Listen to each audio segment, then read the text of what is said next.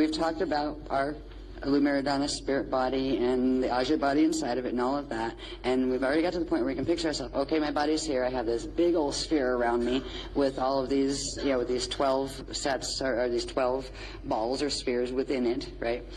That would be right here.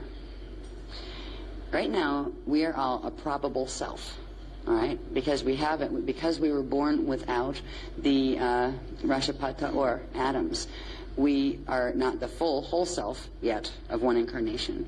We are actually one of the probable selves, the Rashapata or atoms. They're a different type of energy that is no longer finite. The atoms themselves phase and generate their own quantum, so they never die. So they form cells then that never die and that kind of thing. So it is the process of the first level of the process has in the traditional Christian teachings come down as called the rapture, and it's actually the Rashapata or, and the Rashapata or is what happens when on the first level when you go through atomic transfiguration, and literally you and your spirit body on the other side pull together into the center and become that whole self. Now this happens on various levels. We have the levels of ourself in relation to our probable selves, then ourself in relation to our incarnational selves. So there are levels to this process of transfiguration and of going into the rapture, which is the first level, the Rashapata or.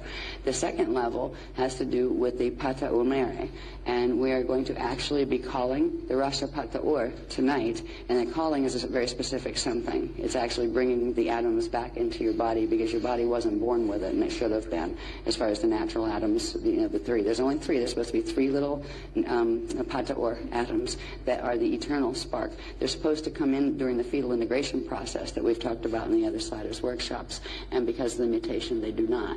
All right? Because we were born without the Rashapata or atoms, we are not the full whole self yet of one incarnation.